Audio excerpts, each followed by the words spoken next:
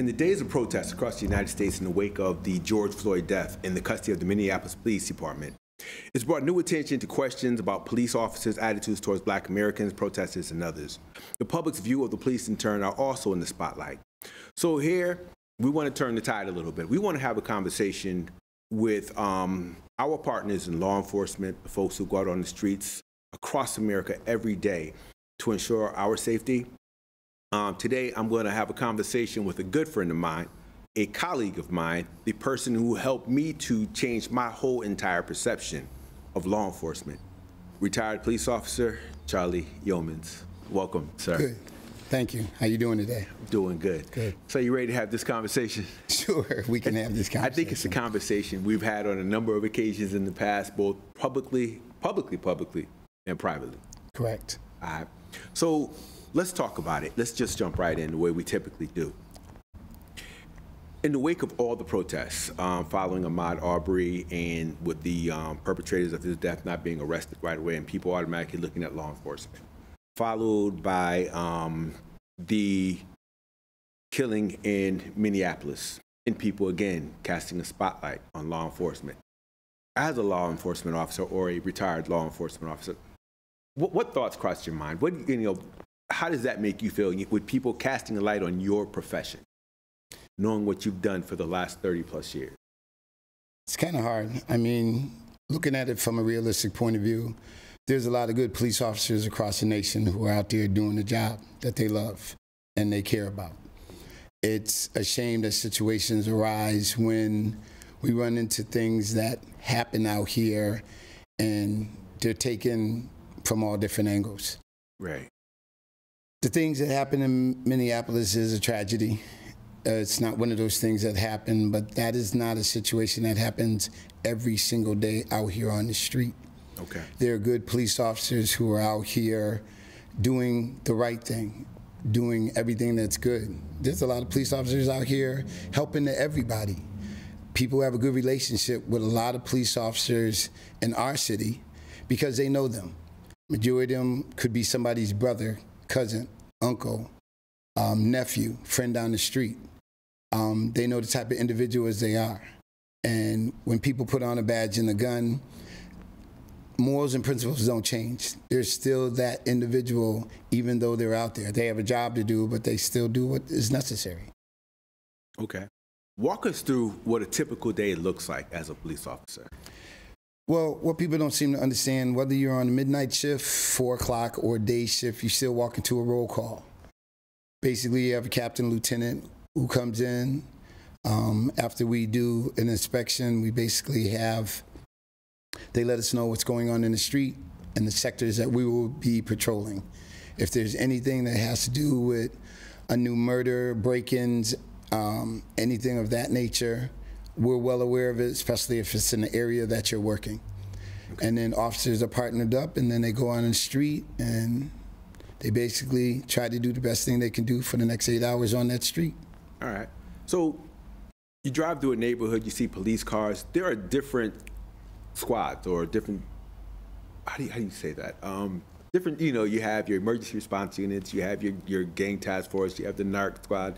Can you talk about some of that? Because sometimes we see a cruiser and we just automatically throw everybody into one bucket, not realizing that people work in different capacities within the department, although they wear the same suit, same blue uniform, and the same badge. They all do. There are some that are in plain clothes. There's a narcotics division, there's the gang unit, there's street crime unit. You have regular patrol who are always in uniform. So there's different levels out there. Some are in marked cars, some are in unmarked cars, right. And they're constantly out there. So people get a different perception until these cars drive up and they see the people get out. Right. And when they see people who are in plain clothes, they tend to wonder, oh, okay, that's a cop, okay. But everybody has different levels of what they need to do. People are like, there's a crime being committed. Why is that guy sitting over there and doing absolutely nothing? Different functions, different people respond to different types of situations, correct or incorrect? All right. So let's jump right into what we typically talk about. Okay. People's perceptions of the police officers. These are regular people who put on their uniforms, they put on their socks, their shoes, just like the rest of us. Talk about that a little bit, man. 'Cause I think They're sometimes people get regular it twisted. people, and people don't seem to understand. Cops are regular people. There are men and women who decided that they wanted to serve and protect and get out here and do a good job, but they're still human people. They're still regular men and women who get out here every day who are subject to emotions and everything else that happens out here. But they try to do the best to uphold the law the best of their ability. Right. There has to be disciplinarians of the city or we would have chaos. And I mean, a lot of people don't understand that, but you have to look at, there has to be something that keeps people in order. Right. And a lot of times people have misconceptions of whoever they ran into at one time in their lifetime or whoever a family member ran into. Sometimes ugliness gets spilled out in a bad way of people's perception of cops. Right. Oh, I had a bad run-in with a cop, so, all cops are bad. But that's not. Based on the circumstance of what could have happened that day, it might have been ugly. Right. I mean, but everybody knows right and wrong. So you have to look at the fact that a lot of times when you're out there and you're that person who ran that red light, okay. You took that chance with that yellow and you got through it and you was hoping nobody seen you. Sometimes you get away with it. Sometimes you get away with it. Sometimes you don't. Right. And then the day that you get stopped is not the day for you to be upset. But sometimes that's the day when somebody's rushing. I got to get to work. I'm trying to come from somewhere. Right. And emotion comes in. You picked a bad time to stop me. And instead of everybody communicating and everything working out like, yo, you were going a little fast or what you just did, all of a sudden it's that, why you stopped me? It's like, why you got stopped, but you was hoping you didn't get stopped. Now, and things like that. Is that annoying? Say I'm driving down Parker Street. Speed limit's about 30, 35, and I'm doing 55, 60. And then, so, was there a reason why you put me over, officer? What did I do? Right. I guess sometimes, you may run to the officer who will yell and scream at you. True. And then you get the officer who might crack a smile like you didn't realize you were doing 60 miles an right. hour. Absolutely. So talk. Being on the other side of that car door, talk about that experience. What is that like?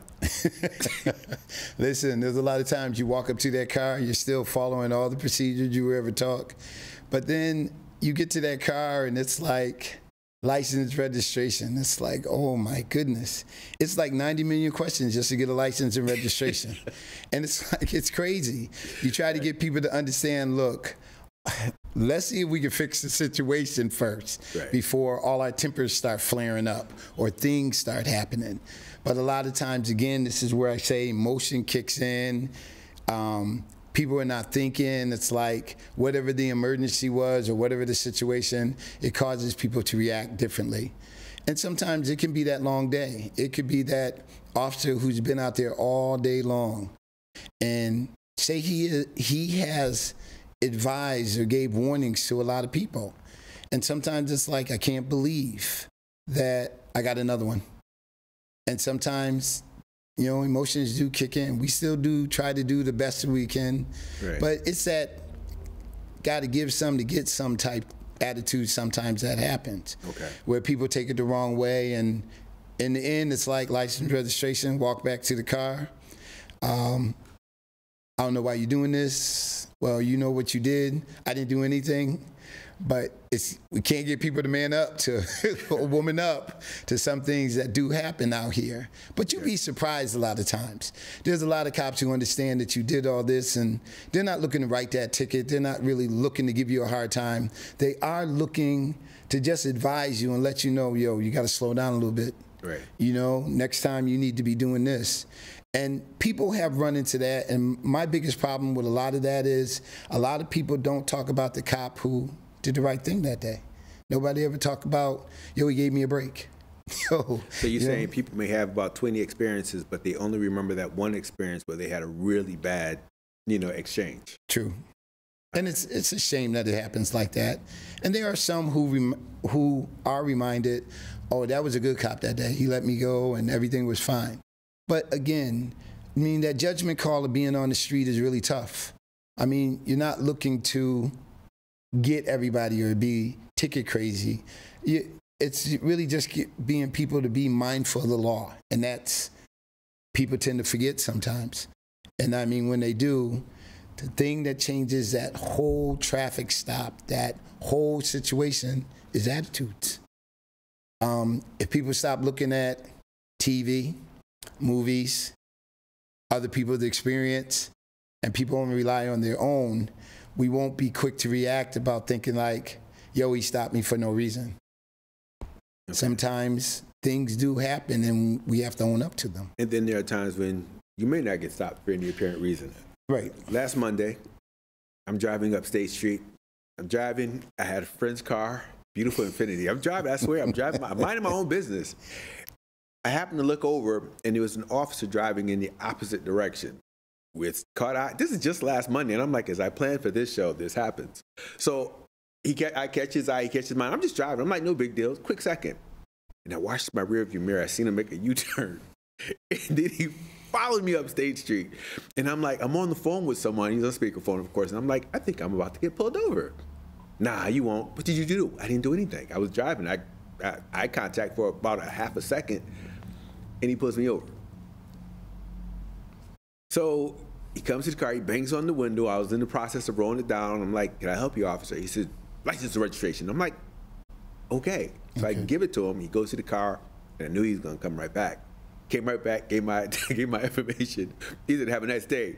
And I left, and I'm like, gee, what happens if this was my son? 23, dreadlocks, kind of stocky. So there are times when we do get stopped, but it's not an everyday occurrence.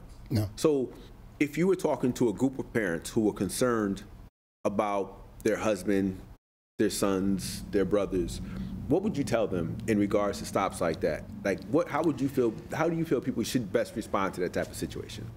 I mean, what people need to understand is a lot of times in roll call, we are hearing about situations that happen in the area that we are patrolling. Okay.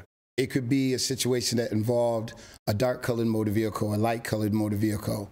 It could be a person of color. It could be a Caucasian. It could be Spanish. It could be a little bit. And sometimes when you're driving around, I mean, you're like, is that the car? You could be with a partner and you might think, is that the car that they were talking about earlier today at roll call? Right. You know, and sometimes you get these little hunches and things like this. I mean, you could be wrong, but it's just checking it out and going to go see. And then when you go see, I mean, you can always explain why you did everything that you did. What I would try to explain to a lot of people is like, you have to understand that every day there are situations to all the different areas that police officers work and crimes take place.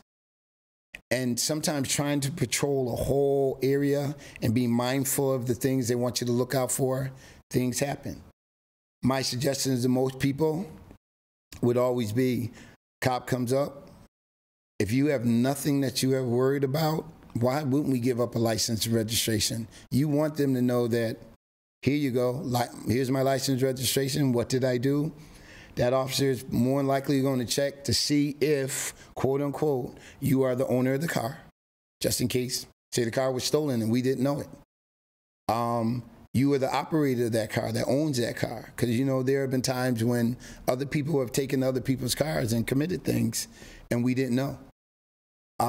You would just tell people to try to cooperate the best you can so that once everything is checked out, if everything is fine, it turns out to be a simple traffic stop where people can do this and say, all right, thank you, had a good day, but this was the reason we've been getting reports in the area about things.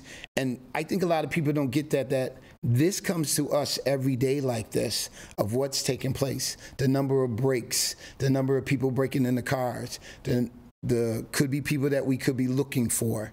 And sometimes we have all kinds of cars out there. Some match the description, some do not.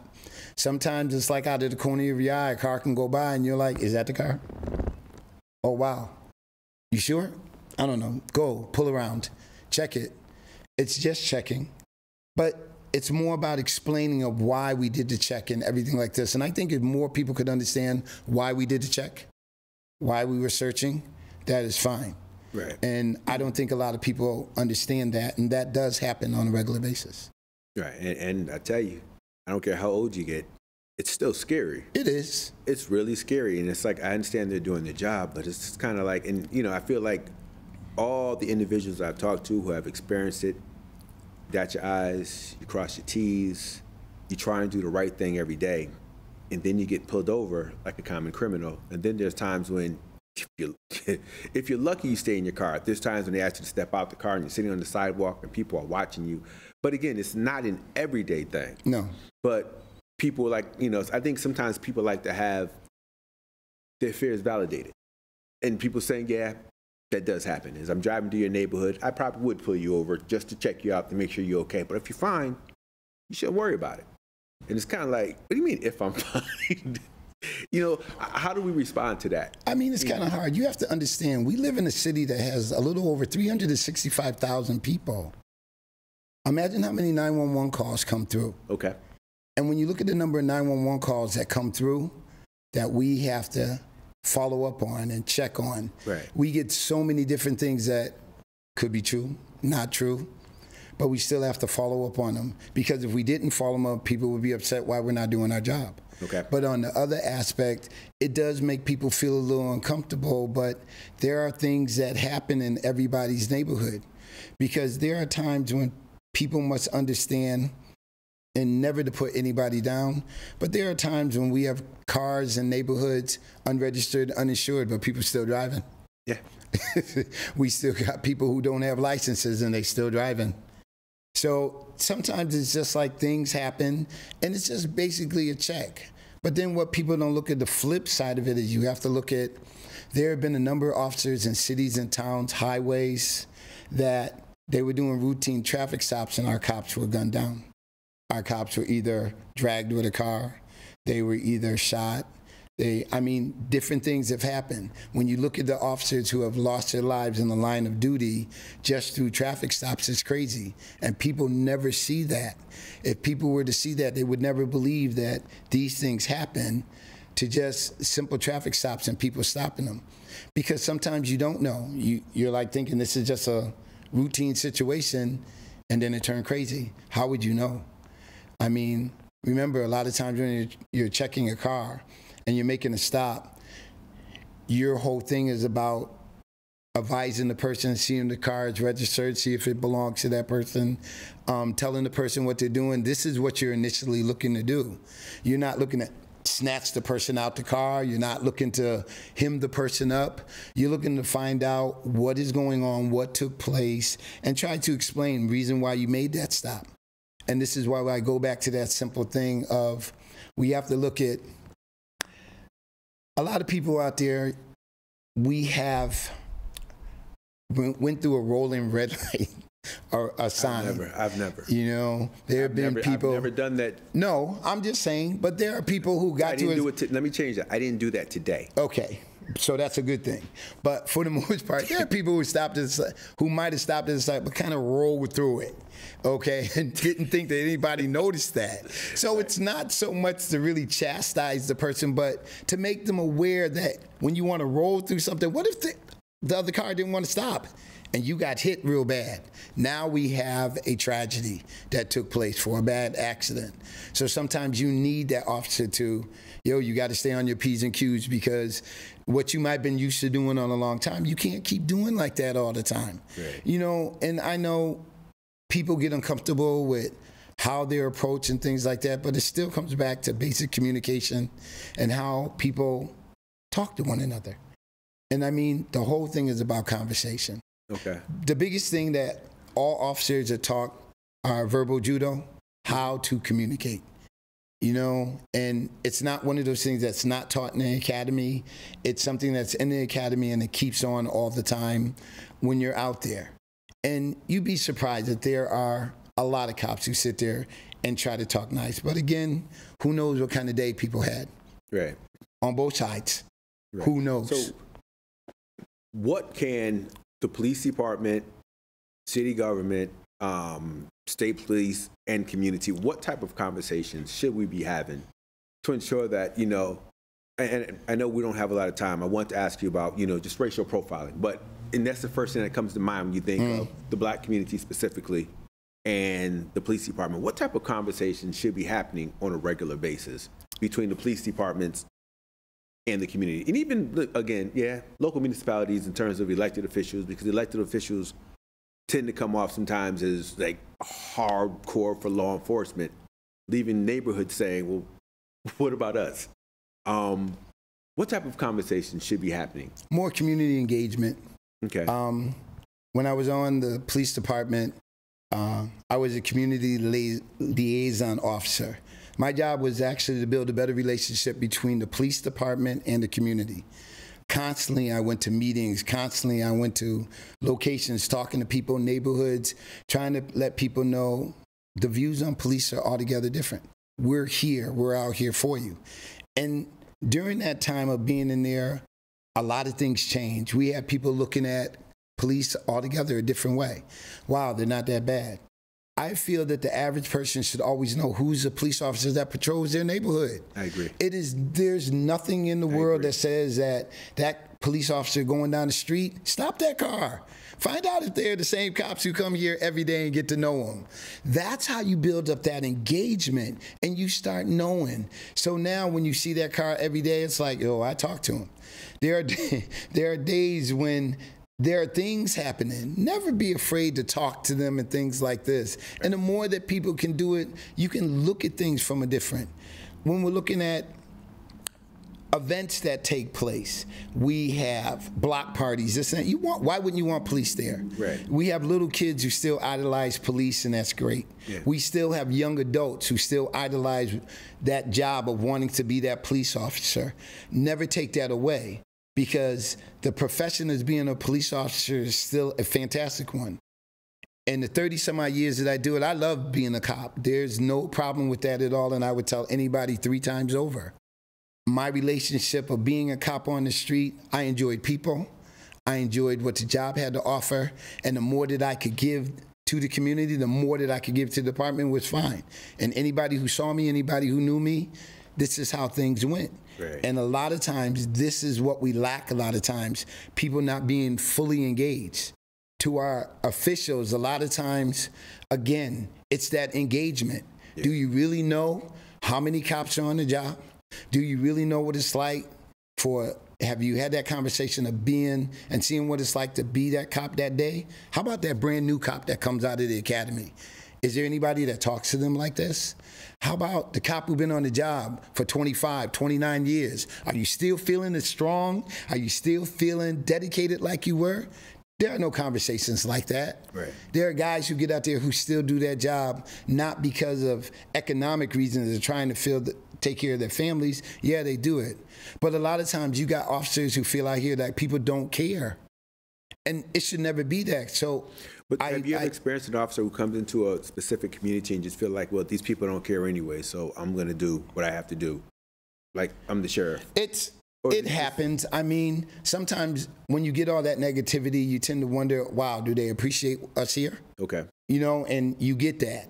And it's not like something you stick with, but it's just the idea. It's like, listen, I don't know what happened before, but I'm a different type of cop. I'm a different type of individual. Right. All you got to do is talk, and like, I'm here for you. And this is what we need to get in more communities. This is what we need to get all over, because everybody's misconception or perception of police officers based on everything happening now is bad. And it's really wrong. I mean, I have a problem with a lot of things that out here, because remember, these are also the people who are willing to get out there. There's a firefight, guns being shot, burning buildings, everything, anything that happens, bad car accidents. These are still the people who are willing to put their lives on the line and be that first person to do it. I don't know how many cops I know, there have been car accidents and they're ready to put that child, put that individual in that cruiser, and they want to fly to get them to the hospital because they want to help. Right. When there's a burning building, sometimes you got cops who were there before the fire department's there. Right. And you got cops running in the building willing to risk their lives for whoever's in that building. Then we have gun calls where shots are fired and cops got families. So they're willing to rush in. When we look at narrative, and I know we're running out of time, and I want to thank you for coming here again, but I just got to throw this one out. When we look at narrative, we typically typically hear about police officers when it comes down to the black community and police department. We typically hear about the crime involved interaction with police officers, and briefly talk about some of the other activities. You mentioned it earlier, but some of the other activities that police officers participate in, young people, all that stuff. We still have the police athletic league that we have people involved. We still have community functions that deal within the community. We have boxing programs that police officers are involved, karate programs that police officers are involved in. You have cops who are willing to get out there, even special occasions, giving away turkeys, doing different things. People don't hear about these events. They're not publicized enough to know that their heart is in it, just like anything else. And when people don't hear all that, they think that everybody's just not emotional. Right. And they are. I mean, it's a great job. Okay.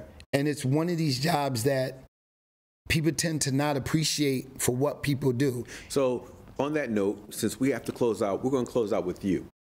If you had to talk to a group of 15-year-olds right now, elevator spiel, tell them why they should become police officers, or at least consider. Okay, so I'll take you there. Being also, when I was on the job, I was a recruiter for the department, and I was recruiting individuals for our cadet program to become police officers. Yep. When I did that, I took it upon myself to knock on doors, go to all the high schools, go to all the community centers, even to walk on the street. And tell me because we have 2 minutes left, so tell me what you told them. And I told them, it's a good job, it's a good career.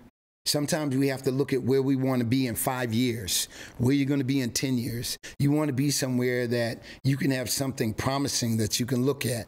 You want something that you can take care of yourself, take care of your family. And you want a job like this. There are so many rewarding jobs out there, but take the opportunity. Dream a dream, I would say. You'd be surprised what kind of difference you could make being on the street for other people to see how you became that police officer and made change and made things work. But if we don't go there and take that chance, how can we enact change? And sometimes where you might have saw old people relate to new faces, new people out here, new ideas.